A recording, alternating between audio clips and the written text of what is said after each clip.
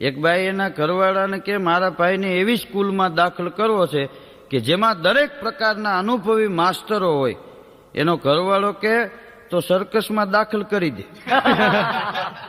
અહીંયા બધી પ્રકારના હોય કે બાકી નો મેળ પડે. શાક માર્કેટમાં એક બેન બીજી બેનને કે તમે કેમ આટલી બધી કરકસર કરો છો?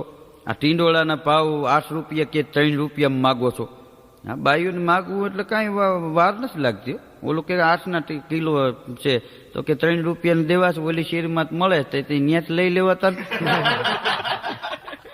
હા, એક બેન બીજી બેનને કે તમે આટલી બધી કરકસર કેમ કરો છો? તો એ બેન કે તમારા ભાઈ છે ને ઊંધે માથે કમાય છે, પૈસા વેડફી ન નખાય. કે ઊંધે માથે કમાય છે એટલે એમ કેમ?